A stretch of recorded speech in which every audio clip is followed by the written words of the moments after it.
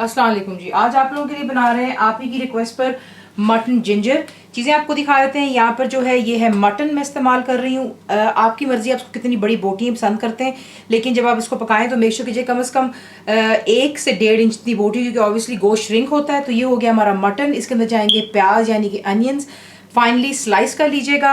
आपको चाहिए इसके लिए गार्लिक यानी कि लहसुन जो होता है वो भी आप बारीक काटेंगे, जूलियन। अदरक आपको फ्रेश चाहिए, दैट्स जिंजर, इसे भी आप जूलियन काटते हैं। आपको चाहिए होगा इसके लिए पपाया, रॉ भी चलता है जो ग्रीन रंग का, और अगर पका हुई आपको मिले तो आप वो भी इस्तेमाल कर सकते हैं, परफेक्टली फाइन। मिंट है, आपको पता है मैं फ्रीज कर लेती हूँ तो ये मिंट हो गया। इसकी जगह आप हरा धनिया भी इस्तेमाल कर सकते हैं। हरी मिर्चें, दैट्स बुलेट ग्रीन चिलीज, इसे बस अब इसमें से 4 हिस्से कर लीजिएगा।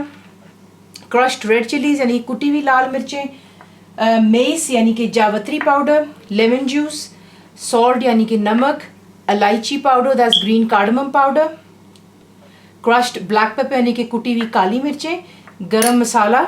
यहाँ पर आप देख लें टमाटोज आपको चाहिए, इसे भी आपने जो है बारीक काटना है, और साथ ही आपको चाहिए इसके लिए दही, तेल में बनाएं, घी, वो आपकी अपनी चॉइस। आपको दिखाते हैं इसको बनाना क्या करना है। गोश्त को करना है हमने मैरिनेट, इसलिए आप क्या करेंगे, एक खुला कोई भी बर्तन ले लें। मैं जिस देश की मैं बना रही हूँ उसी में मैं इसको मैंने गोश्त ऐड कर लिया हुआ है।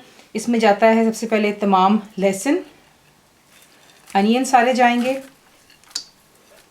जो जिंजर है वो मैंने तमाम डाल दिया, बिल्कुल थोड़ा सा जो है हमें एंड के लिए चाहिए होगा। कुटी हुई लाल मिर्चें, कुटी हुई काली मिर्चें, सॉल्ट यानी कि नमक, लेमन जूस चला गया, रॉ पपाया जो होता है या पका हुआ पपाया जो आपके पास है आप वो डाल सकते हैं। अगर आप बना रहे हैं इसको बेबी लैम के मीट से या फिर चिकन में तो आपको पपाया की ज़रूरत नहीं होती है। बीच में चले गए हमारे चॉप्ड टमाटोज, साथ ही जा रही बीच में दही। I already wash my hands. तमाम चीज़ों को अच्छी तरह मिक्स कर लें, कवर करके इसको फ्रिज में तकरीबन 1 घंटे के लिए देख लें। 1 घंटा मैंने इसे कवर करके फ्रिज में रखा है।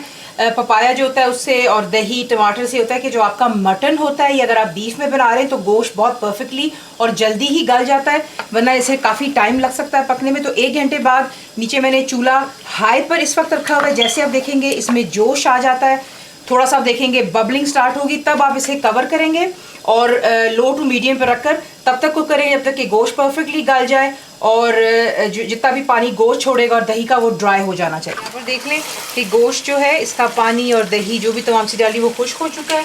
यहाँ पर अब आप ऐड करेंगे जो कि तेल है या घी, जिसमें भी आप इसको बना रहे होंगे, और नीचे फ्लेम आपने हाई पर कर लेनी है। तेल चला गया, इसमें जा रहा है गरम मसाला, इलायची पाउडर,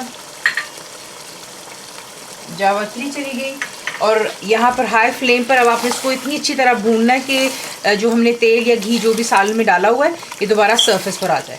देख लें अच्छी तरह आपने इसको भून लेना है हाई फ्लेम पर। तेल दोबारा जो है सरफेस पर आ गया हो, यानी कि जो भी पानी बीच में और था वो तमाम खुश्क हो चुका हुआ है।